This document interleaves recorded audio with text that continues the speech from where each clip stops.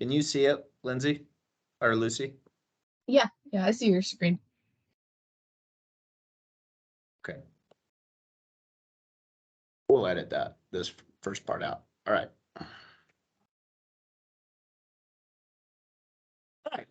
Welcome to the Austin Home and Garden Show, Fall Home and Garden Show webinar. This webinar is intended for exhibitors participating in the show. We do this as an effort to help prepare you for the show, give you some helpful tips and tricks for the show, and then also to really just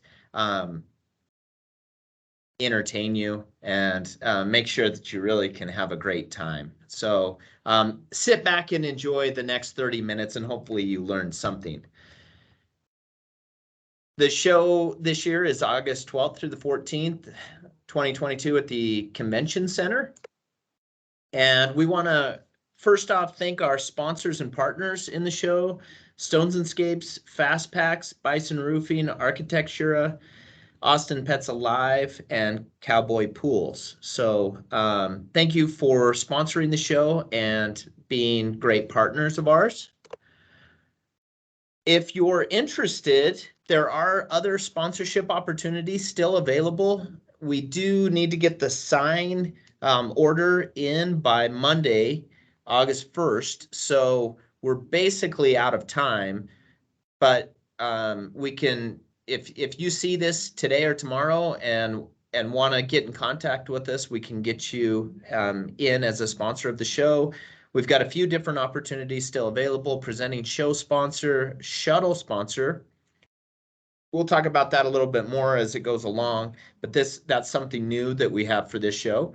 We have the entrance sponsor, online ticket sponsor, bag sponsor, stage sponsor, and then aisle sponsor. So one company can sponsor each aisle. So if you've been to one of our shows before, you'd see on the aisle signs there is a company logo and then also floor decals down that aisle that direct people to a particular booth. And it's only $500 for that. Can be a great opportunity to stand out from some of your competitors in the show. Our team, so just as an introduction, we've got, this is the show team that will be producing the show. I am Dave Mon. I'm on the far right, the great hairdo. And I'm the show manager.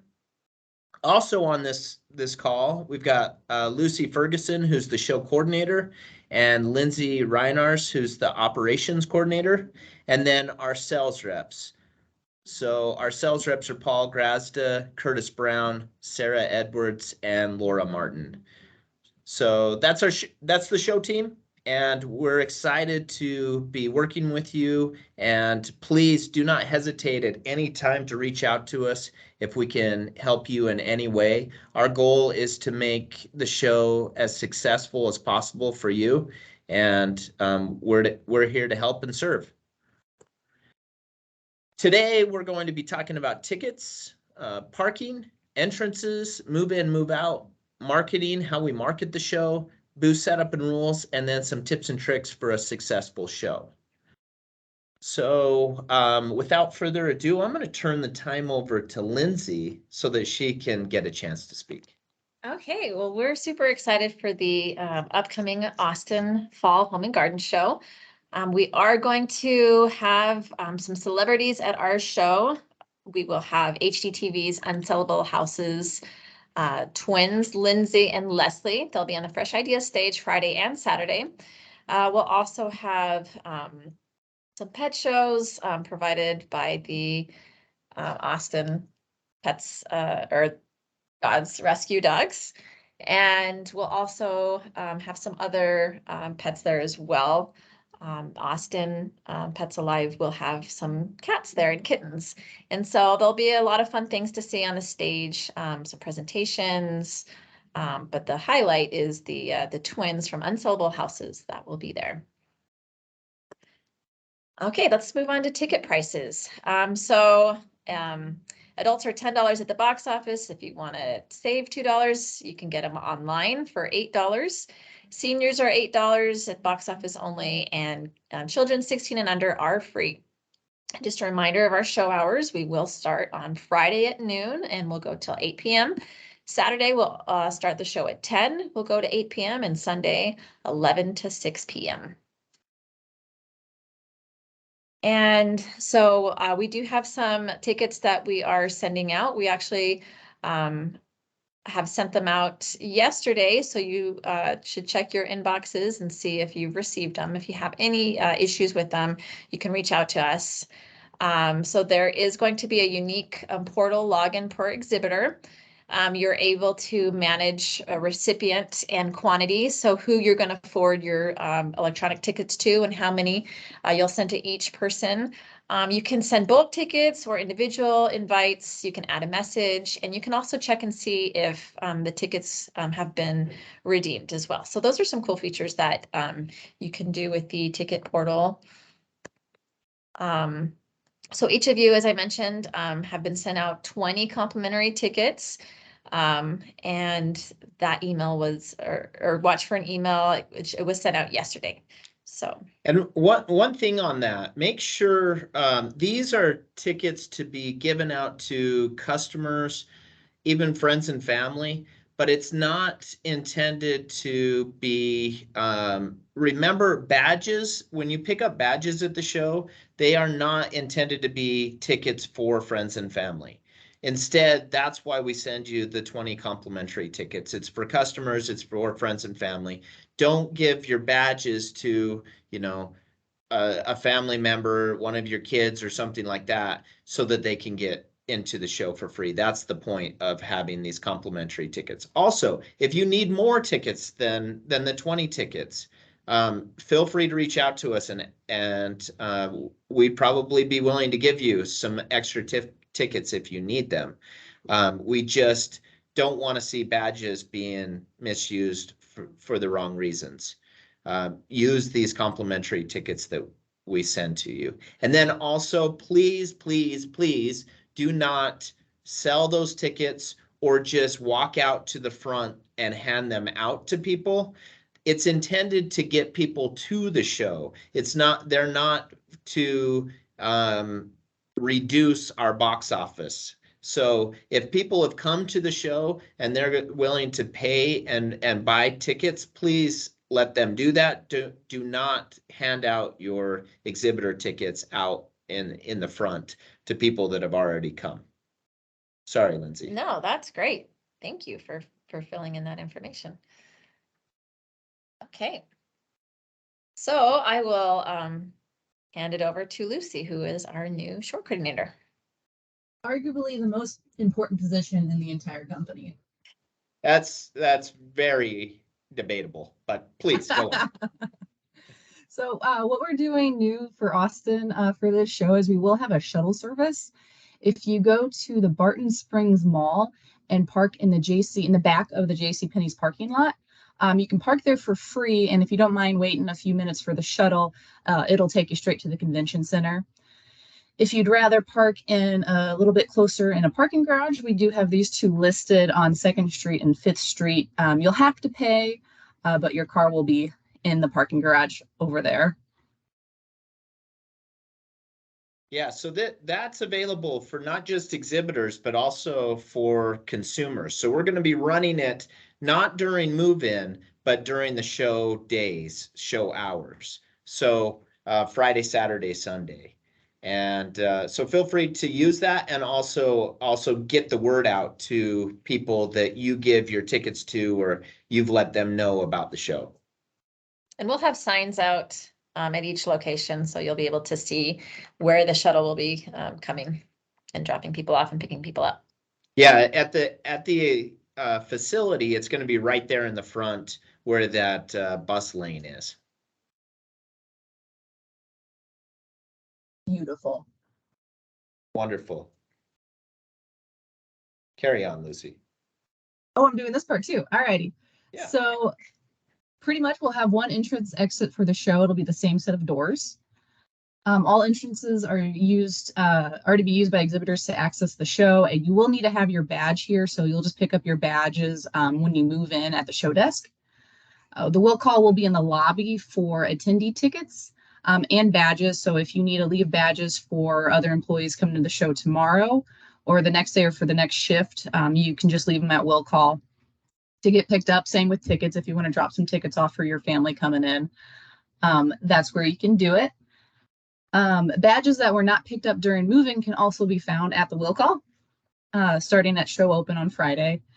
And the will call will be open all throughout the weekend. And I believe Lindsay is handling the food licensing. Hey, thanks, Lucy. So if you are going to be sampling at the show, you need to have a food permit. So what needs to happen is it must be approved by us and the venue. Once that's approved, a permit must be filled out, and there's a $114 fee that is due to the city. This information is on our website in the exhibitor kit. There's links where you can get the form to apply for the food permit and also instructions on how to get that. It's very important that you do have that if you are going to be sampling any food at the show. I think Lucy was gonna do that part, Yeah, and I think she just like threw it over to you Yeah, she without was, any warning. she was thinking that I would really mess that up and she wanted to have a good laugh. But Lucy, I did awesome in explaining that. So I feel foolish now. My plan did not work. I think you should go over the move-in information since you did that. That's only fair. Well, Lindsay here made this beautiful move-in, move-out map.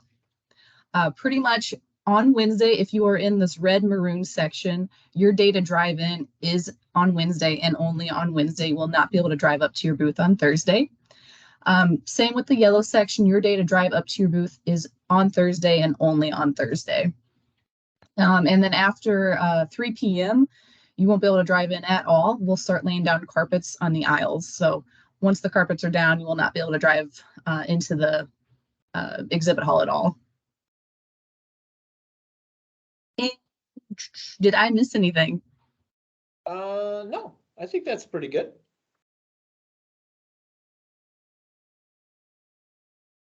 keep going. Oh, okay. So, yeah, like I said, vehicles will not be allowed to drive into the building prior to, oh, okay. So for move out, we'll have to get the carpets lifted out of the aisles. So you'll not be able to drive in until after 8 p.m. on Sunday. If you have a dolly or just hand carts or just want to carry your stuff out, that's completely fine. All other exhibit. Ask Lucy. She'll carry all your heavy things out to your car. Or I can be your, find her. yeah, I'll be your personal pack mule. If I became a very petite blonde named Lindsay, just don't ask questions. All other exhibits and vehicles must be 100% removed from the building by 12 p.m. on Monday. You'll have from 8 to 12 the next day on Monday to also move out. But after 12 p.m., we no longer have access to the building, and anything left over will be thrown away. And then most importantly, you cannot start breaking down your booth until the show ends at 6 p.m. on Sunday. That is a very hard rule. We still have attendees at the show at that point, and we do not want to discourage them to leave early. Yeah, I can't emphasize this enough. This has been really a problem that we've had in Austin. I was in our March show.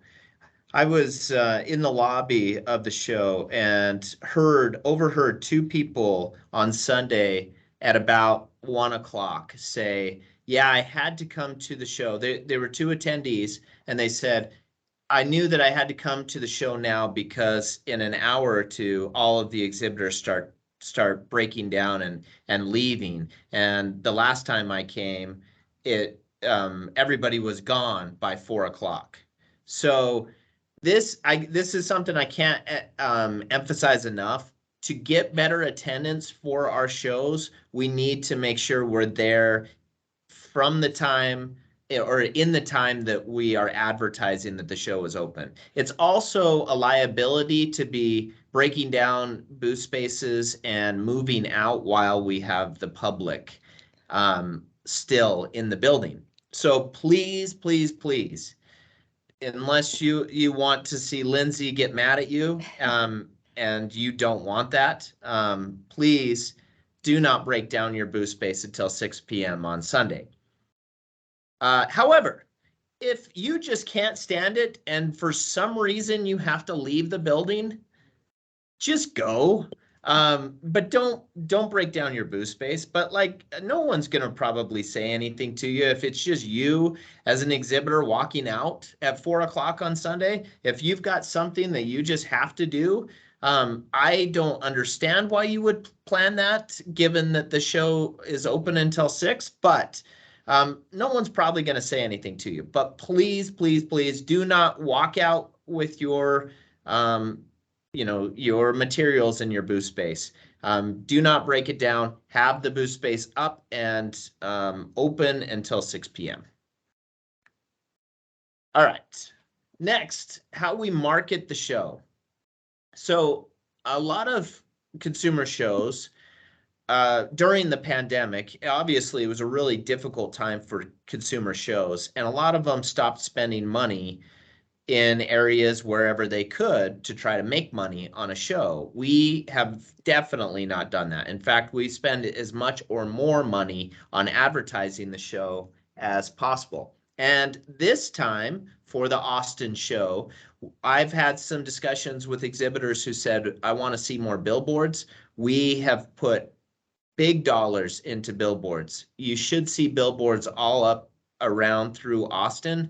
So we spent $138,000 on TV, billboards, and digital for this show. It's been a big area of focus, billboards and digital especially. So hopefully you've seen those, and you're seeing the advertising that we're doing for the show. Here's some examples of some of the billboards that we've got up. Those are two of the biggest billboards in Austin. And then we also will do mailers. So this is an example of a mailer that we did for our March show with RSVP. We also do Valpak in the market, and magazines. We've got it in several different magazines as well.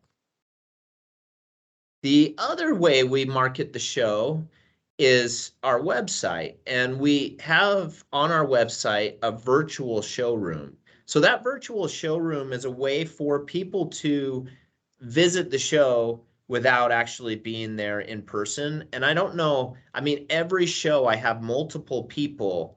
I get an email every time a consumer goes to our database and asks for information from one of the exhibitors. And if that exhibitor doesn't have their profile set up in our virtual showroom, meaning contact information, email, phone number, stuff like that, an email will come over to me with that consumer's information. And then I have to go and reach out to our exhibitor and let them know that that came in. And that happens all the time before the show and after the show. So I can't stress enough how important it is that you go and set up your virtual showroom. If you don't have it, reach out to one of your sales reps. If you haven't set it up yet, reach out to one of the sales reps or myself or Lucy or Lindsay, and we can help you. We'll send you a link so that you can get that set up. It can be a great source of leads for your company. Lindsay. Okay, so we're going to talk about exhibit like an expert, exhibit space dues. So please use a floor covering to cover your entire booth space. It looks much better if everybody has their floor covered, and that way we don't have to see the concrete. Also, stay within your contracted space. Also, please professionally skirt your table on all 4 sides. There's a picture here of 2 that don't work and the one on the end. That is what we are looking for. Use professionally made signage. Please don't use crayons or colored pencils or markers and hand make your own signs, but please have them printed professionally. Please stay in your booth during your shows, during the show hours. It doesn't look very good if people are interested and there's nobody there to talk to. So please make sure you stay in your booth. Okay, let's move on to electrical do's and don'ts. So we'd prefer not to burn the building down. So if we can be really careful with how we use the electrical outlets, it's shown in these pictures here. We definitely would appreciate that. Safety comes first. So please make sure we're not using too much power. Follow the examples here on this page, just so we can be safe while we are in the building. Yeah, one of the biggest things that the fire marshal talks to us about is the concept of daisy chaining, which is basically where you come off from the electrical box, and so you have the facility get electrical, which, by the way, you need to make sure you order, and then you plug into one of the power strips, and then you have an extension cord and then another power strip. So you've doubled up your power strip. That they call that daisy chaining, and that's usually where fires can start, and that's the thing they're probably most concerned about, that I've heard the most. Thank you, Dave. You're welcome, Daisy Lindsay. chaining that's a very innocent phrase for a potential house fire. It is. They should pick a more aggressive phrase for that. Do you have an idea? Fire flower chaining or something. If they're going the flower route. Just carnage inferno. Oh yeah, carnage chaining. There you go, Lindsay. Carnage chaining. Okay, so stay away from carnage chaining, please. All right, let's move on. I think it's Lucy now. Yeah, Lucy. All right. So if you do need to order your electrical services or pretty much any other type of utility, you have to do that through the facility, and you can do that. There's our link to the Exhibitor kit at the top. You go there, that we'll have a link to get your order in. Right now, you can still order electricity at the standard rate. The price will go up right before the show. So if you order it on show site, you're going to spend a lot more money. And with food sales, food sampling, just remember. Might have been yesterday. The discounted rate ended yesterday. Right now we're at the standard rate. Okay, very good. Yeah, I know my stuff. I'm sorry for interrupting. I apologize. I am just flustered. But yeah, food sampling, if you're gonna be passing out food at all, make sure you get your temporary food permit in. And then we have a show decorator, Jim's. They do furnishings, furniture, signs, and they'll install it all for you if you need tables, table skirting, carpeting. You can order it through them. You can also do that ahead of time. They will have some things on site, but it'll be a lot more limited versus ordering ahead of time. And I think the deadline is coming up for that too, to have a discount with Gems. It might even be today. I'd have to double check, but it is on the Exhibitor kit. So that the discount deadline is coming up if it's not today. So just keep that in mind. Today's July 28th, by the way. Oh, yeah. I expect you might be watching this on a later date. Yeah. Thank you. You're welcome. And then just some important reminders. You're going to have some curtains that are 8 feet high on the back of your booth, and then 3 feet on the side to kind of just separate you from your neighbors. Electric tables, chairs, flooring, utilities are not included with the price of your booth. You are getting the space and you're getting your curtains to separate you. Your booth height cannot exceed 8 feet unless you're in a larger booth, 20 by 20 or larger, or on a perimeter wall. Once again, signs have to be professionally made. Please no handwritten ones unless you just have the most gorgeous calligraphy handwriting we've ever seen. And once again, floor coverings. Please cover your space. We do not want exposed concrete. It makes the show just look a lot better when everyone has flooring. We carpet our aisles, so please carpet your booth. And if you, for any walls you're going to be putting up, the walls have to be finished on both sides. So, and no exposed wires, frames, wood, etc. Uh, did I get everything? I think so. I think so. Yeah. Well done. So just a few tips and things to point out. So successful exhibitors, I often will get asked before a show why, especially from new exhibitors, what they can do to make their show the most successful that they can. And some of the biggest things that go into it is booth location. So just like, you think about, I don't know, you think about Donkey and Shrek when they're at going into the dragon, if you remember in the very first Shrek, and Don and Shrek says to Donkey, "Sure, it's big enough, but look at the location." And I often think about that when it comes to booth location. The front of the show, like if you're right at the front of the show, everyone's going to see you.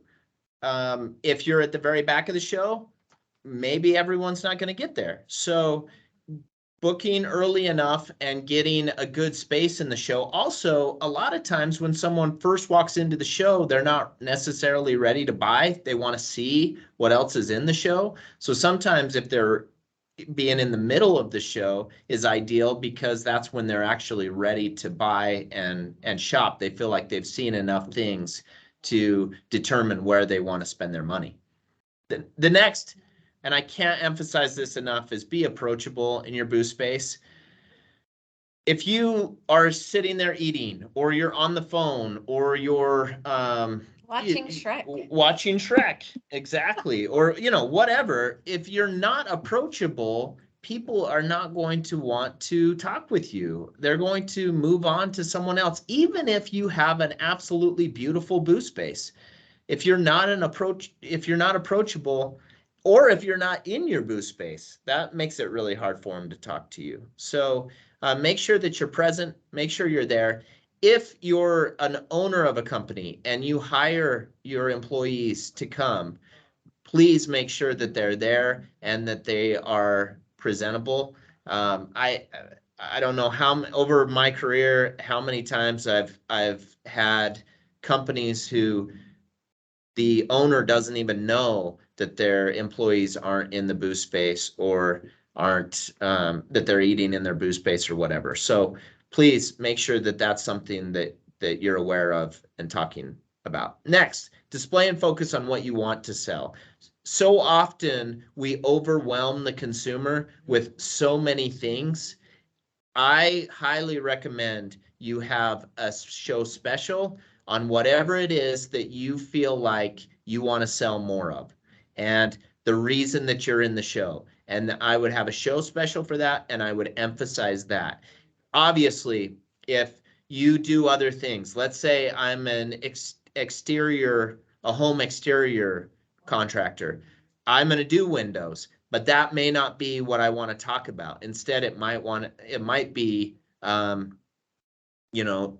finish on the exterior of the house. That's where I'm going to have the show special.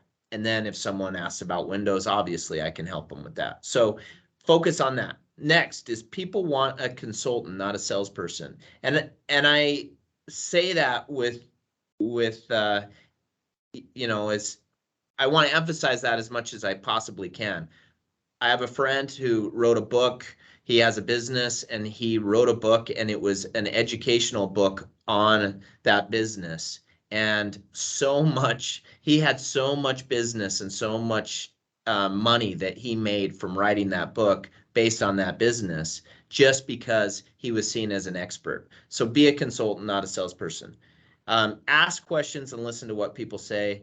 I don't know how many salespeople will go and just have their pitch and go through their pitch and not actually ask any questions, not try to understand their prospect.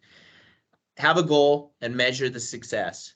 If you don't know how you're measuring whether the show is successful or not, how do you know whether it was? whether you want to do it again. You have to have some metrics in place to be able to determine the success. And then lastly, I hate it when I get an attendee or a consumer from the show who contacts me and says, yeah, I came to your show. I talked to 3 contractors, never heard from any of them. Could never get a hold of them. So make sure that you follow up with the people that you talk to. The show office is going to be located near the entrance to the show, and we will have the box office and the will call with the show office right there. There'll be 2 desks in the lobby. The show hours or the office hours will be Wednesday from during move-in, 8 a.m. to 7 p.m. Thursday also, and then 8 a.m. to 8 p.m. Friday, 9 a.m. to 8 p.m. Saturday, and 10 a.m. to 8 p.m. on Sunday. If you have any questions about this presentation, anything that you want to go over, please don't hesitate to reach out to any of us. You've got all of our contact information there, and we would love to help you. I think that's it. The only thing that we would like to add is for anyone who made it through this entire thing, we think that you deserve a prize. So somewhere hidden in this presentation, if you're a Lord of the Rings fan, you will see the Eye of Sauron. And if you can tell us where the Eye of Sauron is, please come and find any 3 of us, Dave, Lindsay, or Lucy, on the show floor or at the show office, and you will be given a special prize. So anyway, I hope you enjoyed this. I hope it was educational for you. We're really looking forward to the show, and we will see you soon. So, anything that you 2 want to say before we close this up? No, just if you need us, we'll be there all week. We'll be on site, so we're here to help. Lindsay's here to help, so feel free to find her. All right. Thanks, Lucy. All right. Thank you all. We'll see you soon.